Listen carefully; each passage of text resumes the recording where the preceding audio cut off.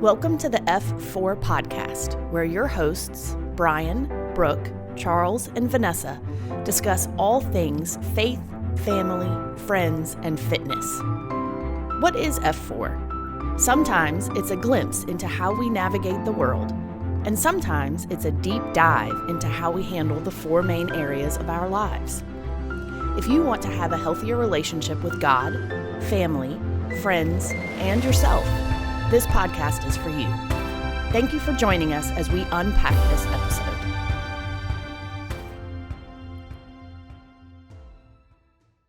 Welcome to episode 22 of the F4 podcast. We haven't met. I'm Charles Giddens. I'm one of the F4 hosts, and I want to thank you for listening and watching our podcast. If you could follow us on Instagram and like and share the podcast, we would greatly appreciate it. We're on a variety of platforms, including Apple, Spotify, Google, Pocket, Public Radio, Breaker, Anchor, and now YouTube. If you want to be a sponsor of the show, you can message us on Instagram, Facebook, or via email at f4ncpodcast@gmail.com. I'm joined today by the standard F4 people, my incredible wife, Vanessa, and our awesome, fabulous friends, Brian and Brooke Marston. Hello. Hello. So today we're going to talk about an issue that seems to come up over and over again with me, my family, friends, and almost everyone we come into contact with in some capacity. And I'm talking about excuses. You know, I don't have time to do X. I don't have the money to do X. I wish I could do what you do, but... The great thing about today is I'm going to get to roast myself as much as anyone at this table, and I'm excited to process through this, as I think if we could free ourselves from excuses, we tell ourselves throughout our life, we could better become the person that we really want to be. And to start this off, James Clear, and a lot of you probably have read this book from James Clear, but he's the author of the book Atomic Habits, and he says that every action you take is a vote for the type of person you wish to become. I love that statement so much. I think if we could do it, it would be awesome. But I guess that might be an excuse again. So without further ado, I think as we look at that as a backdrop today, I want to jump right in and ask you guys a very easy question. It should spark some dialogue. And this doesn't have to be your personal statement. It could be anything, people you've heard, anything you've experienced over your life. But I want you to hit me with some excuses that you've heard or you've said yourself throughout the course of your life. Anybody up? I'm too busy. I love that one. I'm too old. But you're the youngest at the table. I'm too young.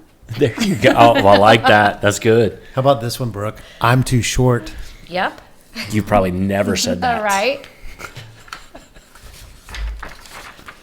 I'm not built that way. I don't know. You're built different. She sure is.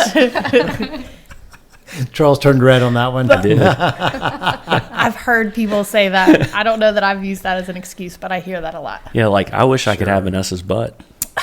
Yeah. It's a goal. Oh my gosh. I don't know how. I don't know how. That's a good one. You don't know how that's Oh, a goal? yeah. Thank you. No, No, it's an she's excuse. coming to my rescue. I was. Oh, okay. There is a beeping now that says, rescue me. It's the crock pot pot. roast is done. The pot roast. Sorry. Pot roast. We're having pot roast later. Sorry. He's like, that beeping noise, it's driving me crazy. The pot roast. Kind of like the alarm clock you told this morning. That was driving me crazy. Mine was a Seinfeld reference, but that's a really old reference. Speaking of being too old. How about I'm too big? I've said that before. I'm too big. You have. You have the pictures to prove it. I do. I do have the pictures to prove it. Or how about I'm not smart enough? Mm-hmm. I used to tell myself that a lot. We'll get to that in a minute, but I used to tell myself that a lot growing up. What else? You said the biggest ones that we hear all the time in the very beginning. I don't have time. I don't have money. I have said I don't have the patience. I have used that as an excuse on multiple occasions, particularly when it involves the child. I'll say I don't have the patience for that. I've heard people say, I don't know how. Or I can't. Or I'm too tired. That could apply in a lot of situations.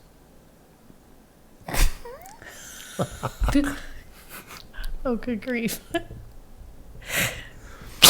How about I might get hurt? That's Yep, good. That's a good one. I like that one. Could also apply to a lot of situations. Oh, no. Sorry. Wow. He started it. He always That is starts it. also a great excuse. As my nieces said one time when they were younger, they would say, speaking of their other cousins, they would say, hers started it. So thanks for taking me back to that memory. Hers. Hers started it. Such a great use of English. Oh, that's fantastic. How about I'm scared? Oh, yeah. That one takes a little bit of guts to admit, though. And sometimes I don't know that that's an excuse so much as a preface sometimes for people. Because to your point, it takes a lot of guts to admit that and to say, I'm taking a step back for a second because I'm scared. Doesn't mean I'm not going to do it. Doesn't mean I'm not going to try. It just means I'm taking a second. That's different, though. That's what I'm saying. Right. I'm agreeing. How about this? I'm afraid of failing. Could I replace afraid with scared? Is that an excuse or is it a reason? Well, that would be a whole nother conversation, I think. And maybe this is the conversation we need to have, is the difference between a reason and an excuse, and what is valid and what is invalid. We might be getting to that. I don't know. Maybe. Okay, well- maybe not. I think, if we want to unpack that now, I think it's great. Let's do it. Yeah, go ahead. So what's the difference? What do you think the difference is since you brought it up? Well, I mean, I think I think it probably has to do with where you are in the process of processing it. So, to Vanessa's point, if you are admitting, I'm afraid, maybe that's the reason that you're not going for something in the moment. And it isn't an excuse saying that you're never going to try it. It's just a reason behind what you're thinking and feeling, and maybe asking for support and input from people around you, and not so much I'm going to refuse to do this thing or take this step. Now, could someone else interpret a reason as an excuse and assume that you are making an excuse? I think yes. Could I also deceive myself into could I be saying, oh, well, that's the reason that I'm doing this, when really it's an excuse? I think there's a fine line, and I'm not really sure where the line is, because I do think feelings are involved in it. And I think you actually hit the nail on the head when you said deceiving myself. That's the crux of it right there. An excuse is a lie. I know you're going to touch on that part of it, but it's really an opportunity for us to deceive ourselves. That's the lie that it is. It's a lie that we tell ourselves, and when people around us allow us to make excuses, they're allowing us to lie to ourselves. And I think sometimes you may think it's a reason until you have people around you that help you see that it's not a reason. Or it might be a very valid reason. You may have some really valid reasons. You might not have enough money. That might be a reality that's not an excuse. It just is a reality. So you're speaking to the value of community and either helping you discern whether something is an excuse or not, or is it a valid reason? And then you can also, like, speaking of community, you can have a community around you that actually helps support your excuse to stay stuck in what you're doing and not rise above it or step out of it. So community can cut either way. 100%. And that's what I heard you say. Yeah. Yeah, I think reasons can be valid, right? I think we can all to your point, I don't have enough money. Well, look, at the end of the day, I don't have enough money to go buy a Ferrari. Okay, well, that's valid. Is it still an excuse? Could you reprioritize your funds in such a way that that's no longer a reason? No, there's not enough. Maybe not for the Ferrari thing, but If I still want to use a house, live in a house and have indoor plumbing, no, it's not an option. Well, I mean, again, I will live in said Ferrari. you could prioritize differently. I mean, I think, and to me, and we'll get to this in a second, I think every excuse could be valid. I think in most cases. I mean, you can rationalize away an excuse that we're going to talk about in a minute, but I think you can rationalize anything to be a valid reason. Mm-hmm. Okay, well, you're right. I am too big. I weigh 300 pounds. I'm too big to get on that because it'll break. Okay, well, that's valid. But Do I have to stay that way? right. Or do I say, okay, right now that's a reason, but I'm using that as an excuse, which again goes back to the next piece we're going to talk about. But I think you can frame it up on both sides of the coin, really any way you want to. And I think to your point, Brian, I think it depends on who you have around you, but I also think it depends on your ability to be honest with yourself. And I think that's where a lot of us, at least with me anyway, that I go a little awry, right? Because I'm not always honest with myself. Well, think about it. Every time you've done things that you regret, you were there for those things that you regretted. And so on some level, you had to convince yourself that it was worth doing what you did or saying what you said. So absolutely, we can sell ourselves on ideas and actions that don't take us where we need to go. So we have to have other people to challenge that. But if we don't allow other people to do it, then we're going to keep doing things that are regrettable. Yeah. Yeah. So, to me, and doing research for this podcast, I really came to the conclusion that excuses are just lies, right? So, at least for me, and we can unpack this, whether you agree with that or not, but for me, excuses are lies. And I think your point is every excuse that we tell ourselves is a lie designed to let us off the hook, whether it's failure, whether it's doing something new, whether it's moving, growing, whatever that is. And I'm curious, have you guys ever seen that to be true? Has it played out in your life? Has it played out in other people's lives around you? I've got a funny one, but that I'll share in a minute. But what do you guys think about that? I mean, are excuses lies? And are they designed to let us off the hook? I would say they can be lies. I process this question, and I think it's a really good statement / question that I think excuses are indicators. That they indicate what we actually believe. And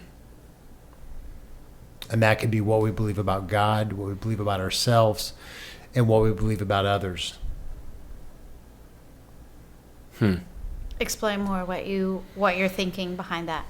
Well, for instance, if I were to, let's say, trust God with everything that I am, what would I not do that I felt like he was leading me to do? And what would I not do when I saw it, let's say, revealed in his word, believing that his word reveals his will? What would if I was trusting without reservation, what would stop me to see something that, oh, this is black and white and it's confirmed by other scripture? What would stop me if I trusted him wholeheartedly? Nothing. And what I realize is I'm in process, because sometimes I'm like, oh, I don't know if I want to do that. Oh, that's uncomfortable. I think I'm going to have an excuse. So I think it's an indicator as to what I actually believe or where I am in the process of how I view God, myself, and others. That's just one example.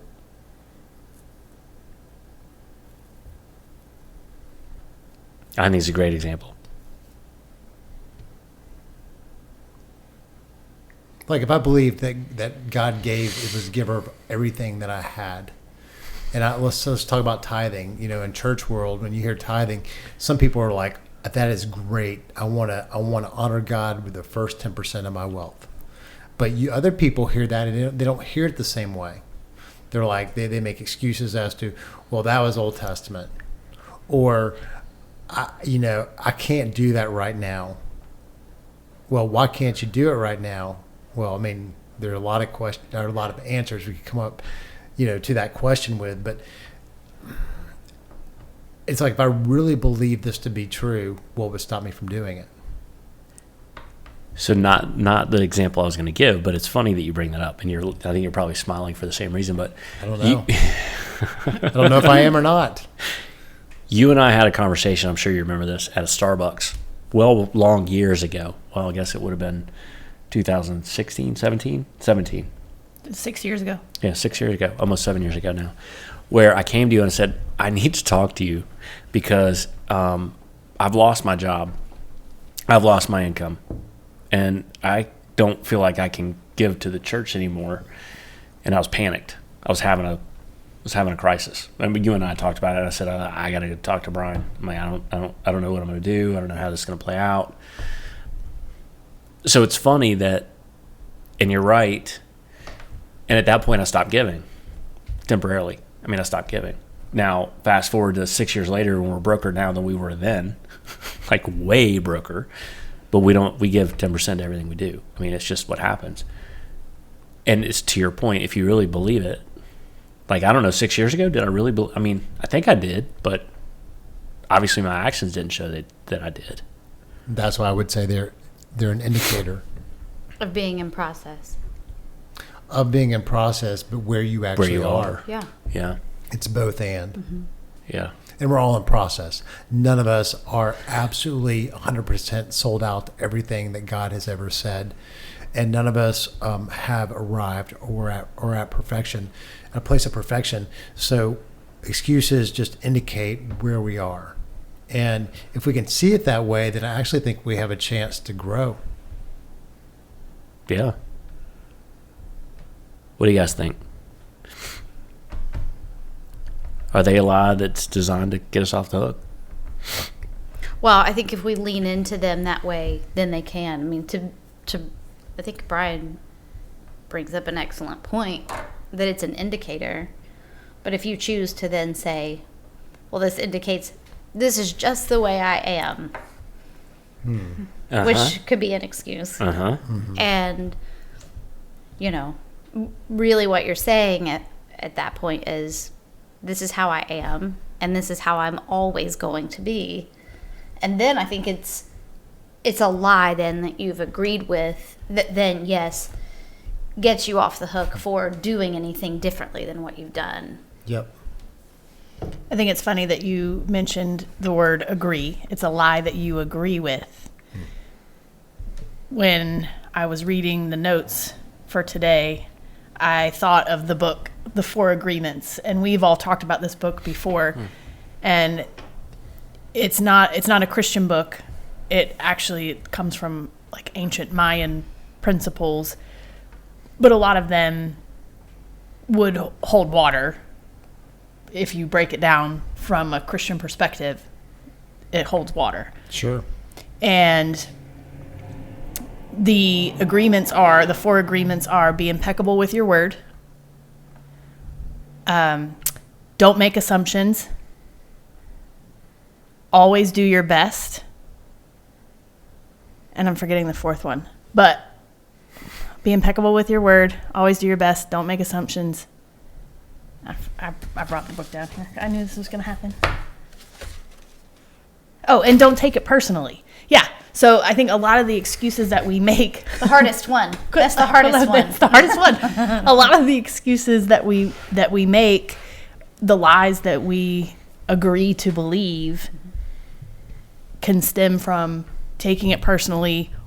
And then when you tell yourself the lie and you believe it, you're not being impeccable with your word. So I think sometimes if you stop and say, okay, what's about to come out of my mouth? I don't have time for that. Stop. Do I really not have time for it, or am I not allotting my time correctly? So an excuse is an agreement that we make with ourselves. Mm-hmm. Whether it's a lie, and I think most often it is a lie. An excuse is a lie that we tell ourselves or that we've been told and we agree to believe. And it allows us to not always do our best sometimes giving your best effort is not what you want to do. That was me this morning. I was like, I'm done. I don't want to do this anymore. I'm tired. But I would say that you being tired was somewhat valid based on the fact that you drove probably 11 or 12 hours yesterday and in traffic, and you did something that was emotionally draining. To come into the gym and expect that you're going to be bouncing off the walls with energy and excitement, I think would be an unrealistic expectation. I think to say that I'm tired is an indicator of what you experienced this past week and even the day before. sure, and I'm not saying that I was going about it making excuses. I'm just saying I didn't hear you say that. I'm just saying that like this morning, I didn't give my best. That wasn't my best. I did give up on my best. You could have done better. I could have done better. In spite of the circumstances, Correct. is what you're saying. Correct. That makes a lot of sense. I didn't verbalize an excuse necessarily. I just said I'm done. Yeah. But I let myself off the hook of doing my best. Sure. Okay. Yeah. So I think it is an agreement. An excuse is an agreement that we make with ourselves. Okay. So years ago, I had the pleasure of attending a seminar. Actually, it was one of the awesome seminars I've been able to attend over my life. But with an incredible guy that talked to us in a group setting, and he's an author, but he's a lot more. And he's the author of this book, actually, Eric Weihenmayer. It's called The Adversity Advantage. And here's the thing. He's an adventurer. He's an author. He's a motivational speaker. He's the first blind person to reach the summit of Mount Everest. I mean, think about that for a second. He's blind. He went up Everest. He was born in 1968 in New Jersey. He lost his vision at the age of 13 due to a very rare eye disease. And despite all of that, he found a way to really overcome it in the outdoor world, and now is parlayed into teaching and talking and writing. But he has done all 7 summits. He's one of the only people, I mean, think about the small select people across the country that have actually summit all 7 of the tallest peaks in the world, and he's blind. So think about that for a second, right? So on top of that, he's written a lot of books. He's a Paralympian, so he actually does all kinds of other stuff, and he's a co-founder of a nonprofit called No Barriers.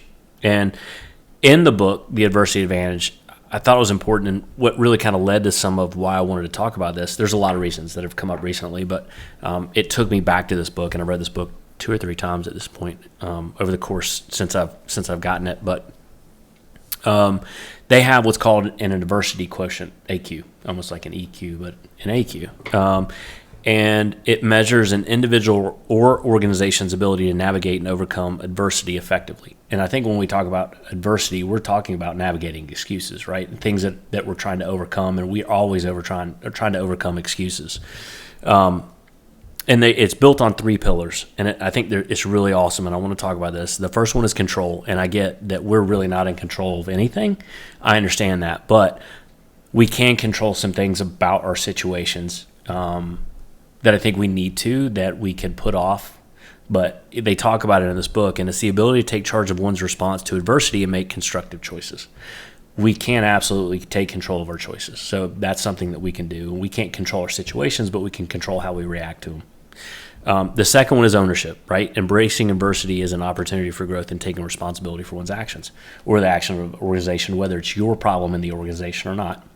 And the last one is reach, expanding one's comfort zone and pushing the boundaries to achieve more, right? So I love all 3 of those. I think if we could frame things up differently when we are faced with what we perceive as an excuse, if we could look at what our role in that is, I think we'd be completely different and changed. And Eric lives his life completely opposite from what an excuse is. I mean, the guy's incredible, and I'm sure he has his own excuses. He's not free of excuses, but at least from a bigger standpoint, he's figured out a way past those that his condition that has basically caused him to navigate.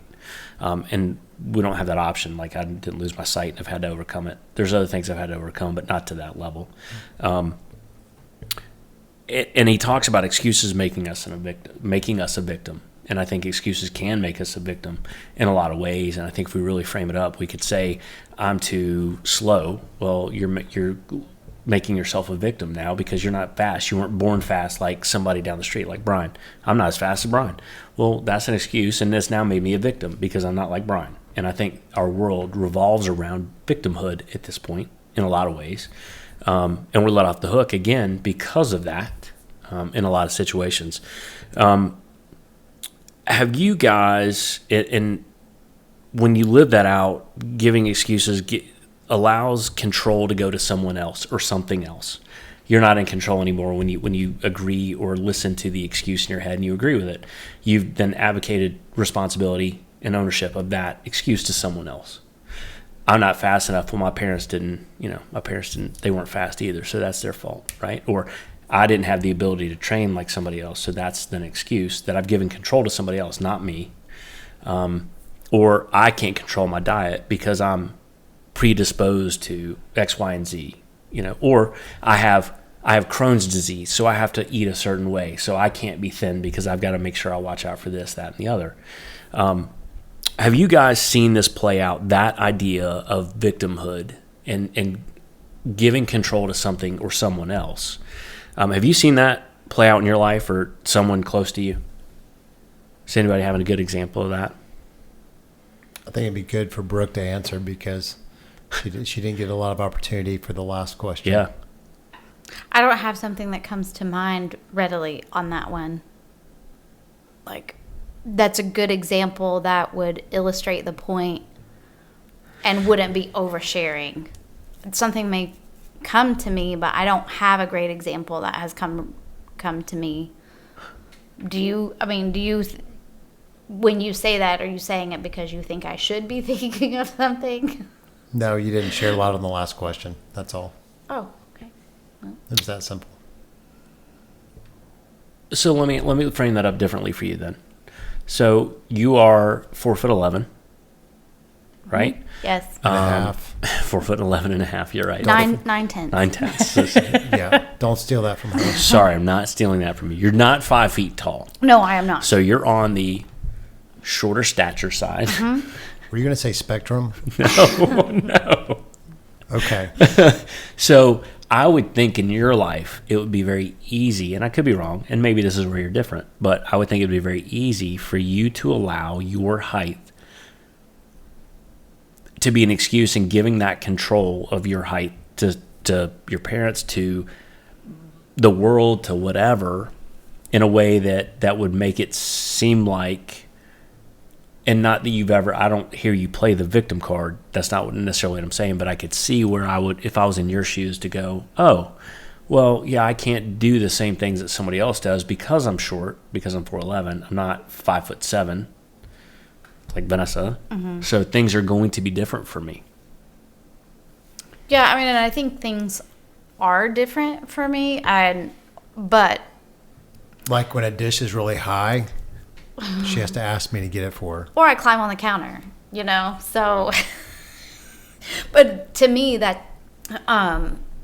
never really bothered me. I will say, you use the example of being fast. I would say where my height has been a thing. I think for a while I was satisfied with running at a certain pace because my thought process was, well, I'm not tall, so this is probably as fast as I can go. My legs are short. And it's true that they're not, I am limited by the length of my legs to a degree. But if you move them really fast. Kind of like a cartoon, Yes. But I have discovered that I can be faster than I thought I could be by putting in training and work and all that kind of stuff. So, I can see where, thankfully, I have a good support system around me. So I don't know that I've ever felt like a victim in that space, even though I think I easily could have. But I had people around me pushing me and not letting me settle for. Well, and then there was that time where I hurt my shoulder and basically all I could do was run, and you made me run fast. And so then Go faster.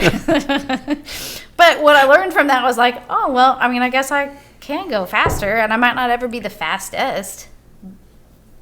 But, you know. Yeah.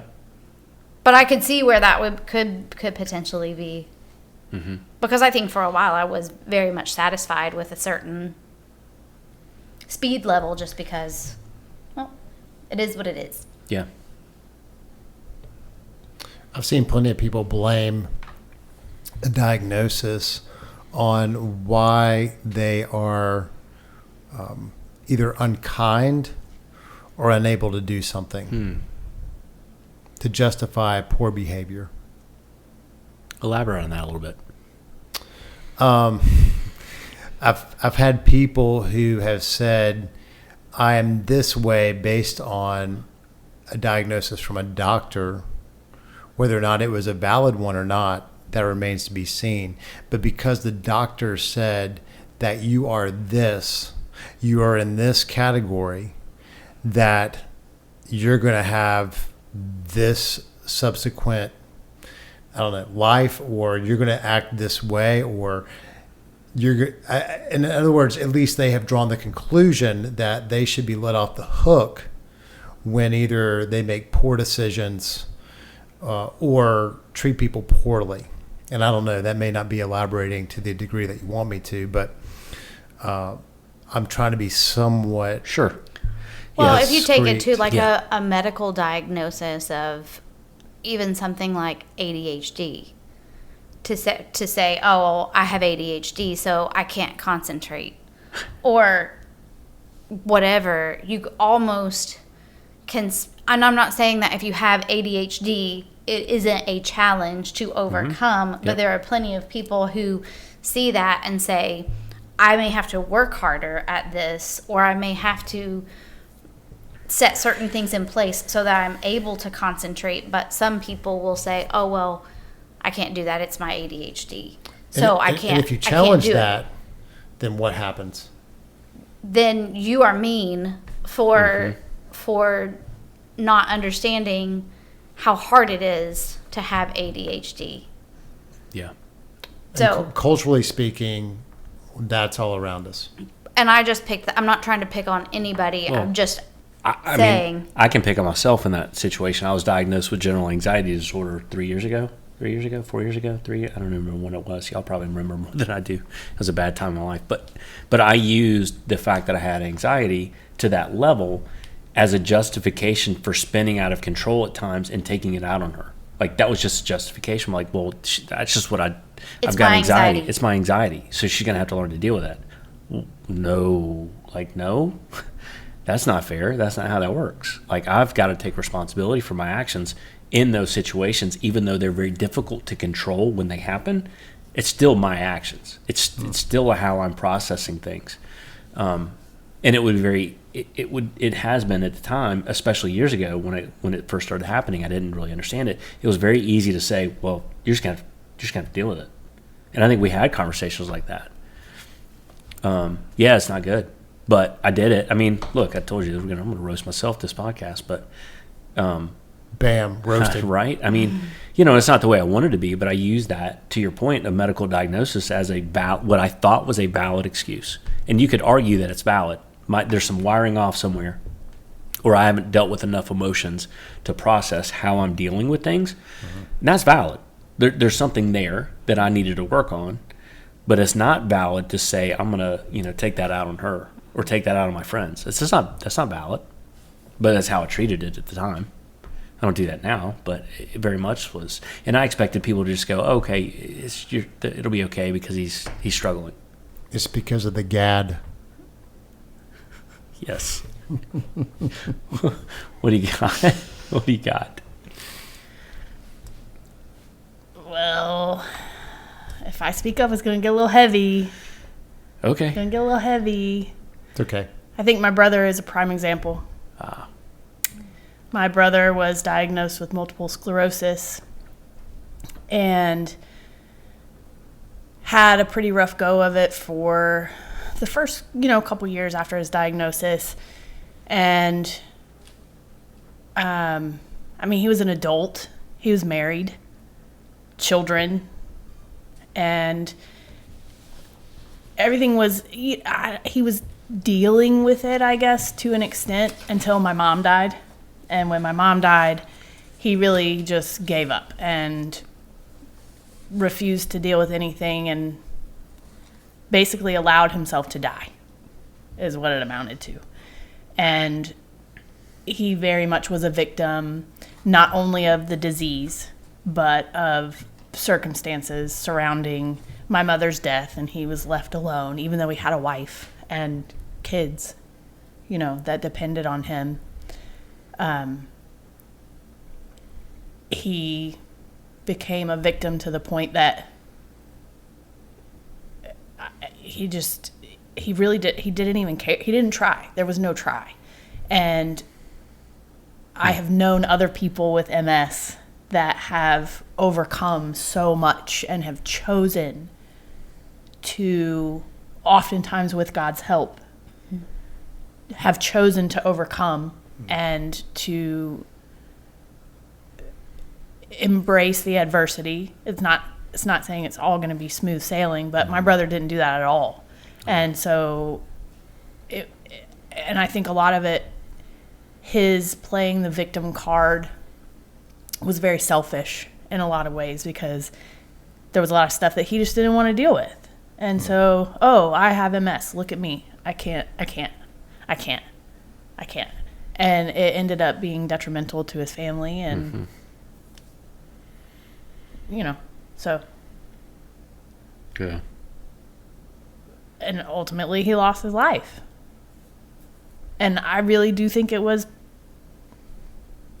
I mean, it's always God's choice, but it was an acceptance of, I can't. So. He made an agreement. Yeah. He chose to agree to being a victim. Yeah. Yeah. I remember we were early married at that point, and I remember being very frustrated coming out of those situations and those conversations and those interactions, family interactions that we would have. And I remember almost getting into fights with you about that. Like, I don't understand. It's not me, and again, it wasn't my diagnosis, but I remember that being extremely hard.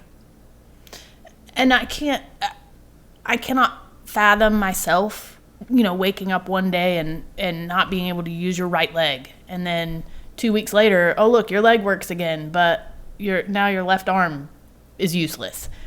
Or I've lost control of my bladder for 2 weeks. Like, I can't imagine that. I can't imagine basically, at least at that point in time. I don't know how much better it is. It's been a little bit of time since I've really worked with somebody with MS. I did a lot of training, a lot of dog training for people with MS based on my experiences with my brother. But it's been a while. When I was in the thick of it, there were a lot of people who were essentially guinea pigs. I mean, all of the medications were new and different, and let's see if this infusion works. Let's see if you give yourself these shots, you know, once a week or whatever. If you put yourself on the paleo diet. But speaking of that, that's just something that was a simple thing that my brother chose not to do. You know what I mean? That was a thing that I'm not the only one that talked to him about it. I talked to him about it. His doctors talked to him about it. Other people talked to him about it. That was a very simple thing. All that required was him shopping differently. And he couldn't do it. Simple. He wouldn't do it. But he not wouldn't easy. do it. I didn't say it was easy. Right. I never said it was easy. But he wouldn't do it. He didn't even try. So, I don't. So his excuses were an indicator of what he actually believed. Yes.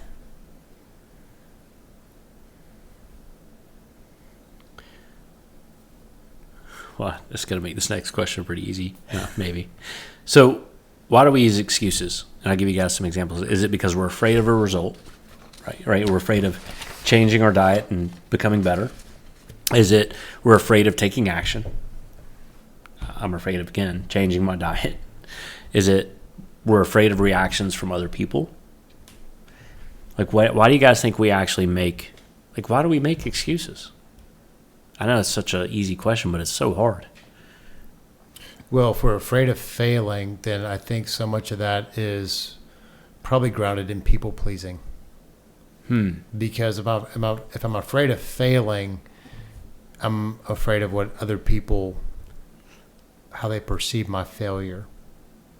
So for me, that's a big thing. Like, I don't want to be perceived as a failure. So why try if I think I'm going to fail? I think that happens with a lot of people. Yeah. I think people are also afraid of succeeding. Unknown, right? Yeah, and I think I'm both. I'm afraid of failing and I'm afraid of succeeding. I'm afraid of both. Because either way, for me, results in attention. And I don't necessarily, I don't want attention for being bad, and I don't really want attention for being good. I just want to blend in. And so being successful means changes, because then people look at you. You may have a target on your back. You may have expectations placed on you that you're not ready for, or you don't think you're ready for. So, but I think fear is behind both of those, and probably some people pleasing on both sides of that as well. I would concur. But fear of the unknown and fear of change and what it's going to cost. What does failure cost me? What does success cost me? Am I ready to, because until it happens, you don't always know what it's going to cost you. And even thinking about your brother, I mean, he could have been thinking, well, what if I change my diet and it still doesn't work and I'm still this miserable?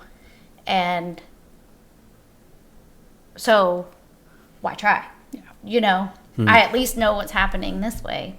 And I'm not saying it was the right choice, but I see plenty of people unwilling to make a change because they don't know what it's going to cost, and there's no guarantee of a change of outcome. Do you think and it's funny that in this book they talk about control, but do you think that's because people are afraid to give up control? Because even though I'm miserable, I'm in control of that. And if I choose to do something different, I'm not in control anymore. I had a conversation that was revolving around what we're talking about this morning, or yesterday morning. It was yesterday morning. My days are running together. But that I think our excuses can be like pets because they're comfortable. They provide some degree of comfort. And I think it goes really well with what you're talking about. Because for me, when you were talking, I thought, boy, that's really true for you, because when you first came into the gym, it was just like she showed up and she's a cute little pet. And if you did anything good, it was just like, oh, yay, she did something impressive. And it wouldn't even be all that impressive. But what happened over a couple years when you continued to show up and then improve, once you became competition based on success, that happened slowly over time. It wasn't cute anymore. It wasn't cute anymore. No, not cute anymore. And then there are people who were cheering your progress that no longer cheered for your progress. Yeah. They then begin to make up reasons why you had success to be detrimental to you. Or even cheer for my failure, which, let's face it, it's failure every single day. On one, to some degree. But you're right. It's funny that you brought that up, because I actually was thinking about it the other day. I was vacuuming the floor, and I was like, you're like, that really sucks. maybe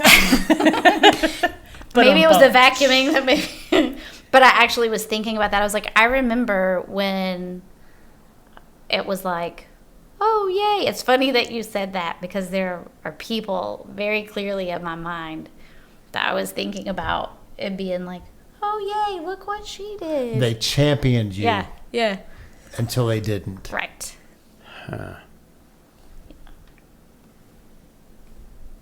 I watched it. I synced it. It's like, you used to cheer for her, and now you don't seem so happy. What happened? Yeah.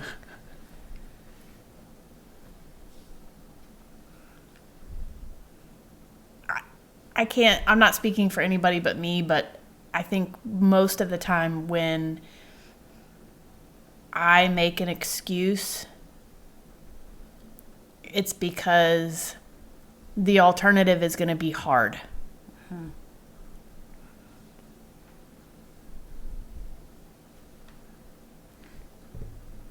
That's very simple. Or you think it's going to be hard. Right. Yeah. It's going to be, and usually it's going to be hard because it's going to interfere with something I would rather be doing. That's why it's hard. It's not even the gym notwithstanding. Those hard things are just hard. Yeah. Those are just hard.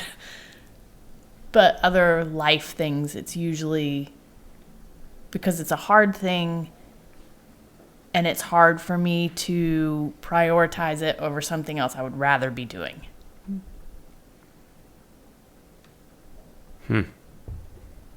Yeah.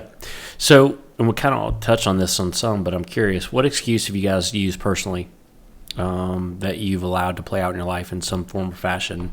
And did you overcome it? And if you did, how did you overcome it? So one example that I've thought of is I don't really love conflict or conversations that feel like they're going to be conflict oriented. So there are plenty of times where I won't speak up in situations like that, and the excuse is it won't do any good. So, and sometimes it probably doesn't. Probably it's better to keep my mouth shut. It probably does more good to keep my mouth shut. But I think there are plenty of times where I have not spoken up because I didn't think it would do any good, or that was my excuse to not step into a conversation that felt uncomfortable. Not being willing to take that risk of things. Could they potentially be better on the other side? Maybe, but it's going to be hard. I'm going to be uncomfortable. So the excuse becomes, it won't do any good anyway. I'm better off keeping my mouth shut. Have I overcome that? Sometimes yes, and sometimes no. It depends on the day, and it depends on the topic, and it depends on the person. I think I'm better than I used to be. I definitely have moments where I feel myself say, no, I'm going to step into this. I don't like it. I'm doing it anyway. But I think that's an excuse that I think is pretty common for me. It won't do any good.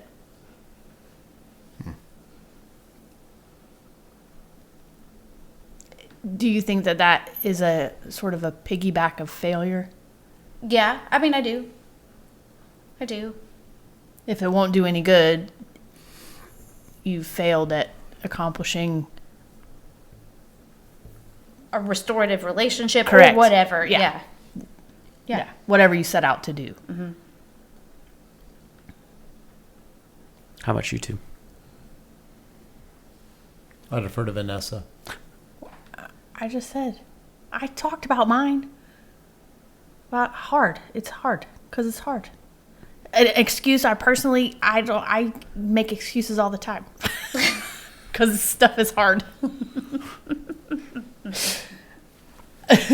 So one I've used is, and that I'm trying not to use, is I'm too busy to do the things that I should be doing, or to, I don't know, that's really it.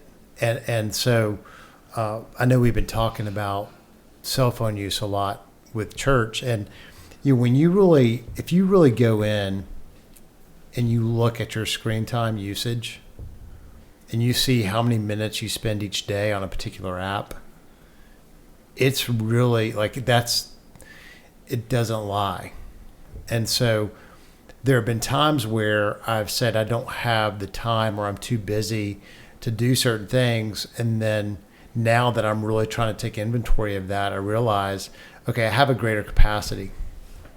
And I've made excuses over the years that weren't valid because it was easier just to touch an app on my phone and find an escape that really didn't take me where I wanted to go ultimately, that really wasn't satisfying, but in the immediate, it provided a relief from feeling the stress of whatever hard thing that I felt like was on the other side of what I really needed to do. And so I'm really trying not to do that at this stage. And so you asked the question, why did you make that excuse?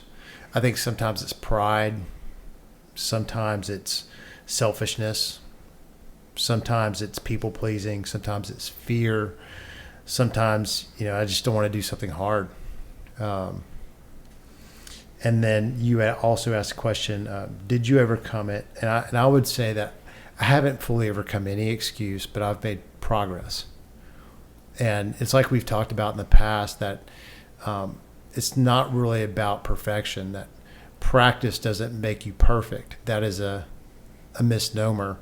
It's not an accurate statement. It's practice makes progress. And so in trying to practice, like, how can I discipline my life to take me to where I want to go, where I'm actually living out my values, living out what I would say I believe, and living out a vision that I have for the rest of my life, and what I hope is, like even said about me at a funeral, I'm able to more align my actions to that as I think that way, and don't make the excuses of I'm too busy or I don't have time.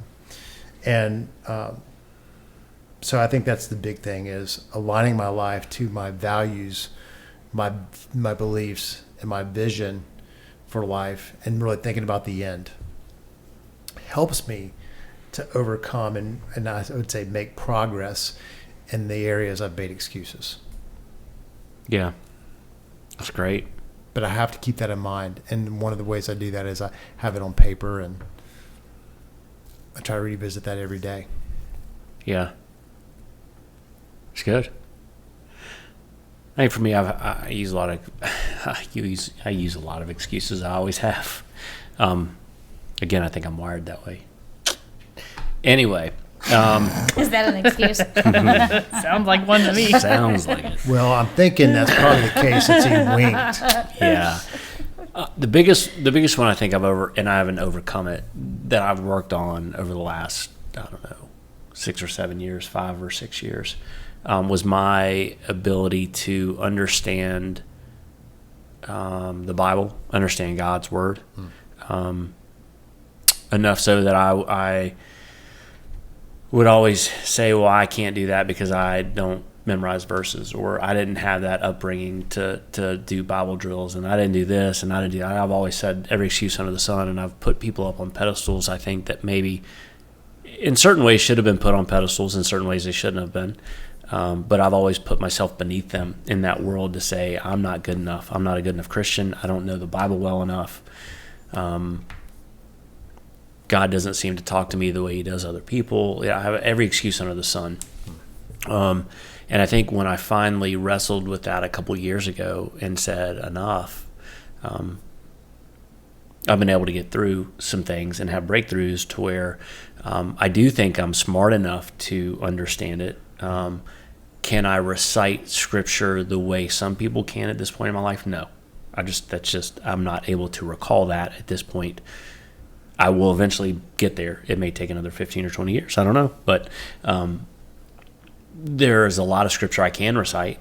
But, becoming the person that God wants me to be, and getting past the excuse of saying, well, you're not smart enough. You don't understand it enough. You don't have the time to read the Bible. You don't have time to go to school. You don't have time to really do deep dives on whatever book you're reading. And I say book, the part of the Bible. You don't have time for that. Was an excuse.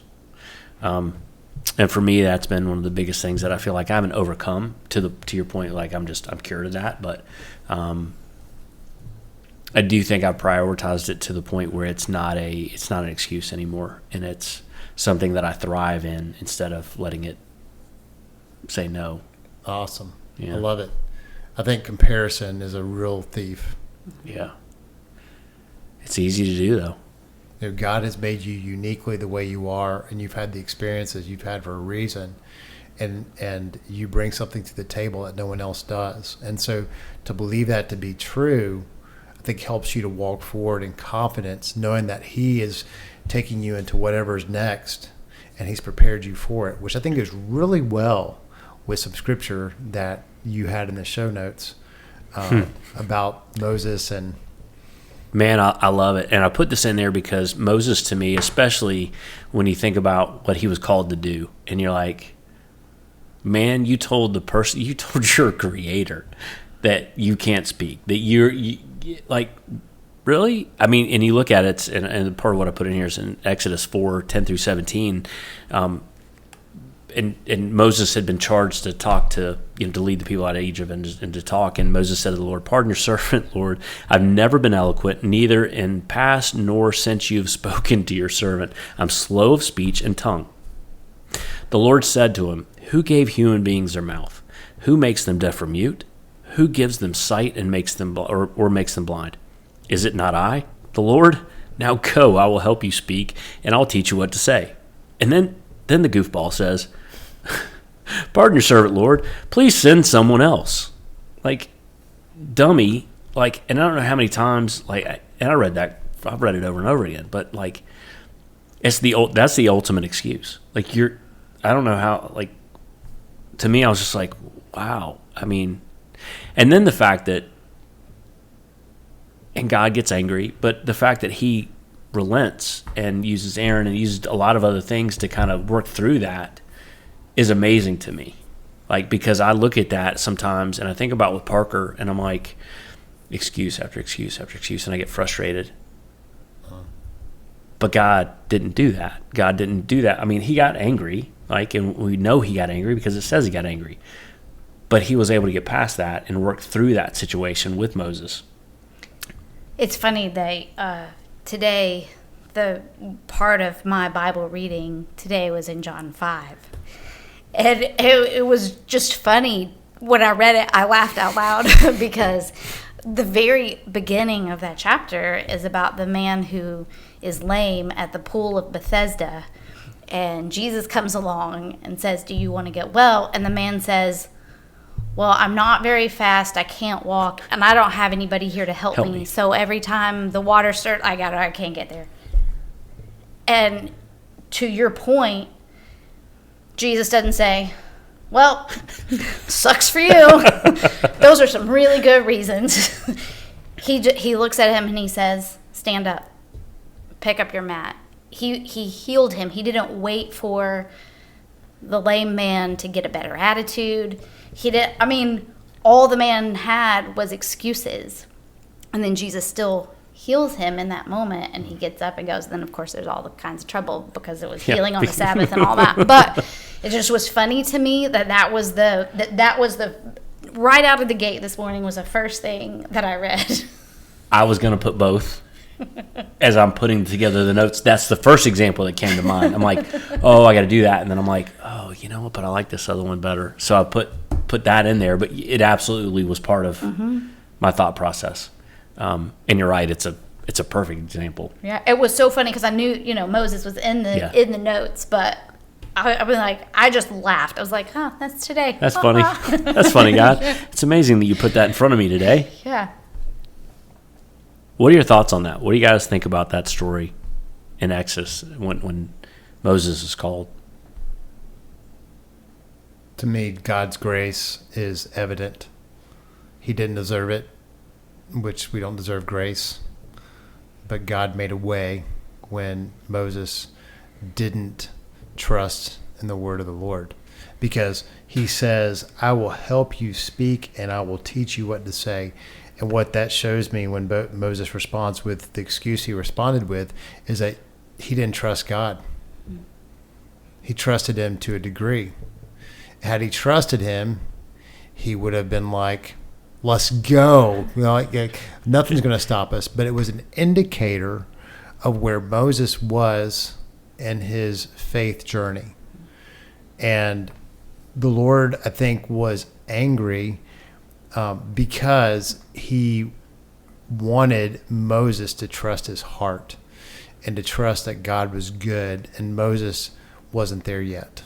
And it was like, and he saw what Moses could become.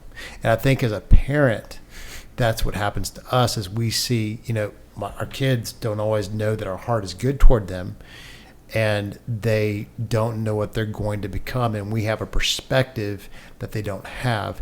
And I think the Lord had a similar perspective with Moses. But it's an incredible thing to see God's grace in the middle of that situation.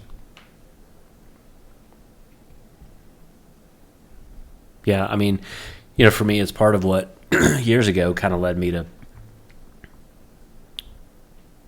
even get into children's ministry to start with. Is like, I'm not equipped for this. I'm like, I don't know how many times we talked about it. I'm like, I don't know enough. Like, this is, and I remember conversations like, you'll figure it out. God will be there. He'll tell you what to do. It's fine. And he has, but yes, to your point, it was where I was then. Like, and I remember those conversations and asking God, I'm like, God, like, and I almost felt like an imposter at the time because I didn't know what I felt like I needed to know. And, God clearly doesn't call the equipped, right? I mean, we've heard that over and over again. He equips who he calls. So, but it's hard when it happens because you're like, and I get it with Moses. He's like, really? Like me? I don't know. Like, so it's easy to get caught up in that, and it's easy to let excuses become part of who you are. And, clearly he didn't deserve what he got, and, God worked through that, and Aaron, both, and all of them. But, I think it speaks to your point where you are, and an indicator. And I think sometimes we need to maybe, and I didn't even think about it until now, but really stop and go, okay, what is this an indication of? With our excuses. I've never done that. I've never well, what's causing this? And to your point, if you look at it as an indicator, it should cause pause to say, okay, this is something else. Got anything? Nope. Okay, good. All right, so last question. What are some of the ways you guys combat excuses in your life? Are there any tricks or verses or anything that's helped you overcome them? When you had tricks in the question, I thought, silly rabbit. Tricks are for kids. Tricks are for kids. But that's a dated commercial. Yeah, well, we're all old. Most of us, anyway. Well, Hey, I know that reference. awesome. Brooke, what do you think? Um, Or how would you answer? I don't know that it's any tricks. And I think probably the verses that would come to mind would depend on the situation or the scenario. But I do think that one of the practices that I've been working on developing more or leaning into is spending more thoughtful time in prayer.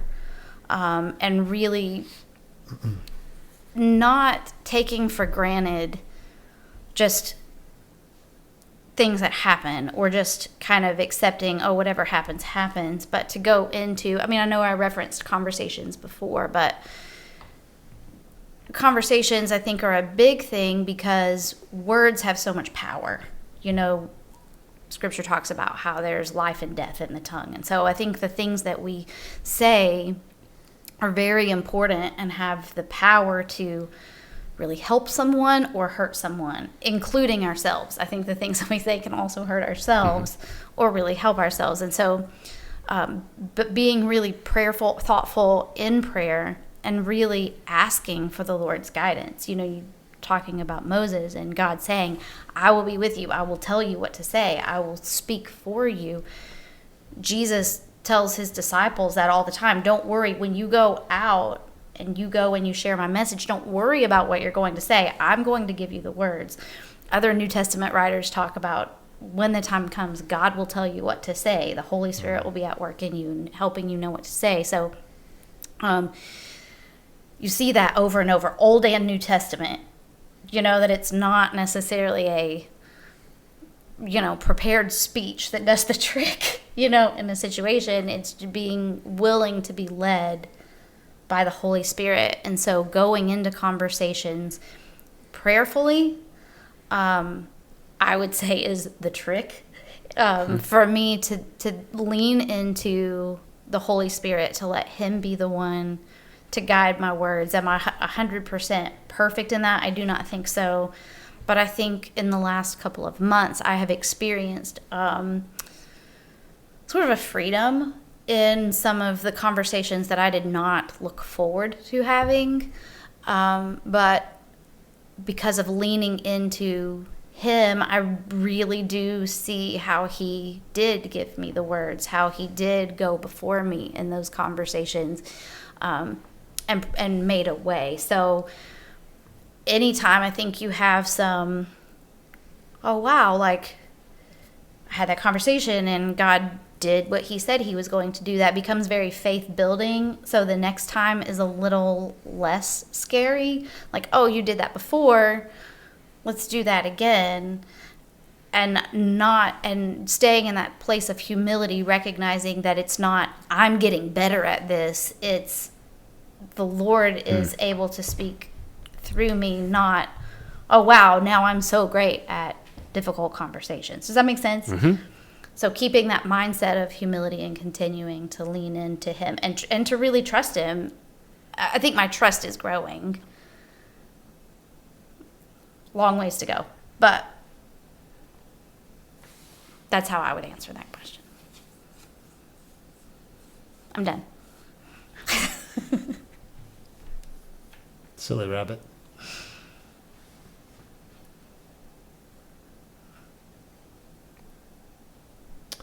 So I think for me, one of the things that helps me and has helped other people is thinking in terms of the end in mind when it comes to combating excuses, but also the community piece that we referred to earlier.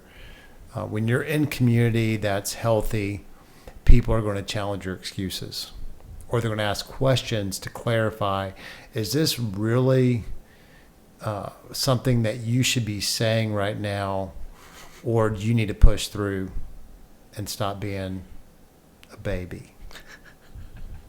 Or do you need to stop being selfish? Or, you may be being prideful, whatever it may be. So we need that community piece.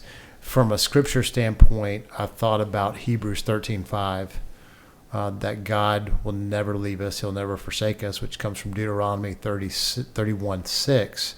And then also in verse 8, where Joshua is being prepared for leadership. And that's where I'll never leave you or forsake you came from, that we then see replicated in Hebrews chapter 13. So knowing that God is with me, knowing that God is for me, knowing that God is present helps me then to walk in confidence. Even if I mess up, he's with me in the mess up. And so to know that, and that his grace is much like Moses experienced, if I really believe that, then what will I not do that I think I'm supposed to do? There are a couple other verses that came to mind one was in the Old Testament also, Psalm 139, verses 7 through 10, where basically David is praying this prayer that we can't hide from God.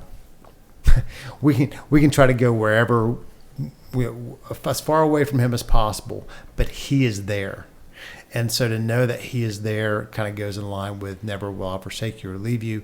But then also in 1 Corinthians 10:13, the Apostle Paul writes that there's no temptation that God doesn't help us with. They're all common to all of us. The temptations I experience, other people experience. The temptation to hide, the temptation to make an excuse, the temptation to not step into what God has made me to be, we all deal with that.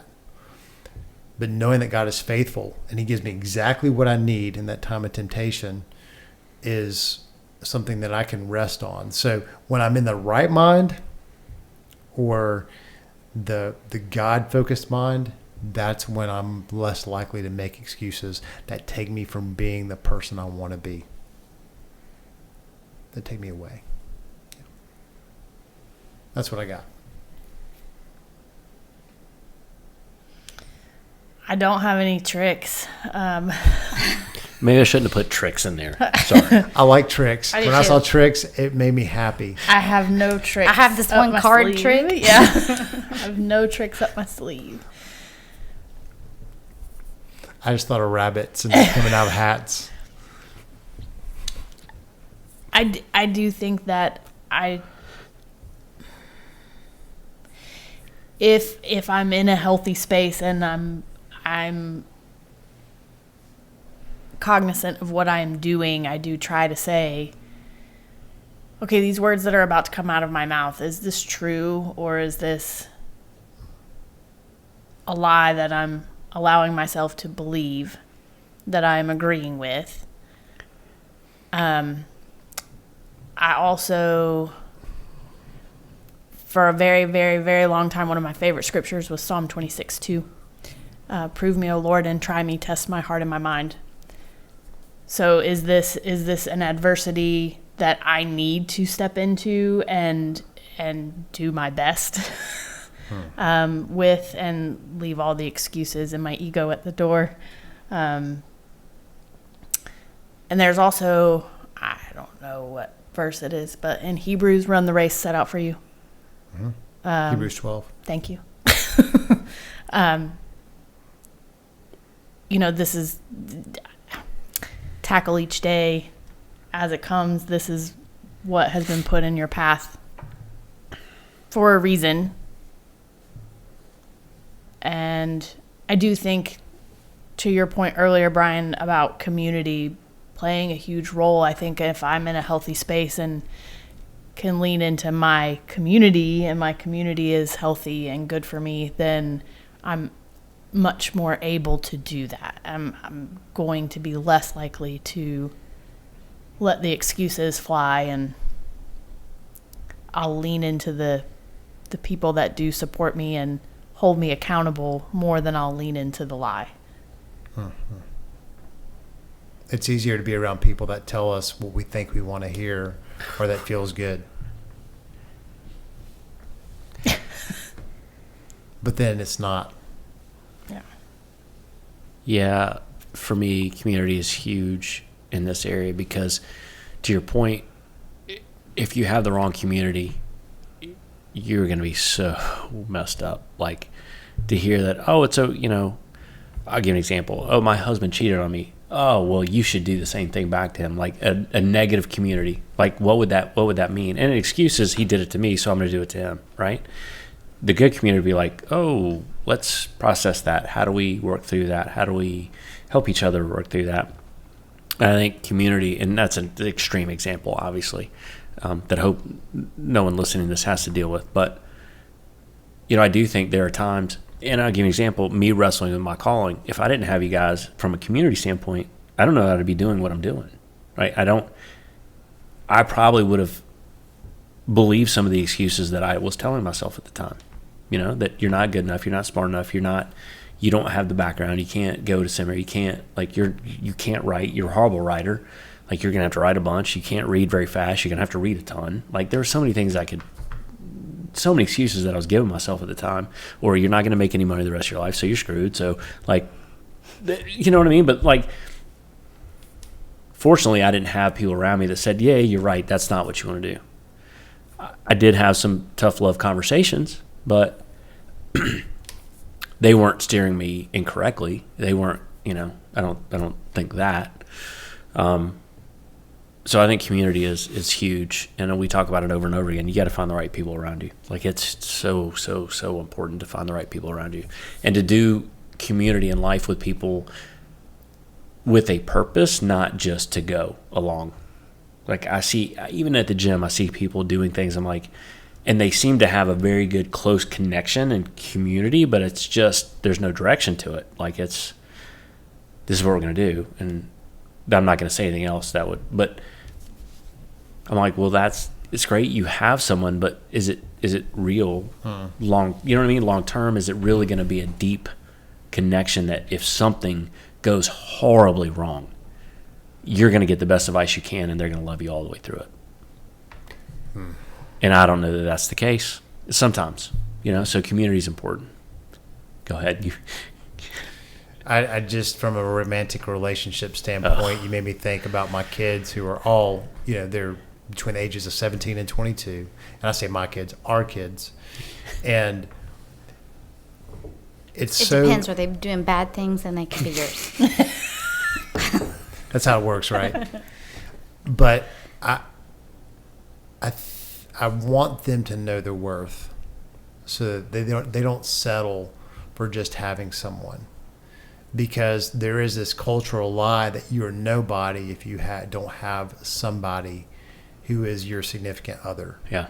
And so for me, I feel like I'm trying to cast a vision for that. But man, culture conspires to say you've got to have somebody, you've got to have a significant other to be someone substantial, or you've got to have a community you got to be in, because we all want to be in. Right. But people settle for community that doesn't take them where ultimately they would say they want to go if they're thinking in terms of vision.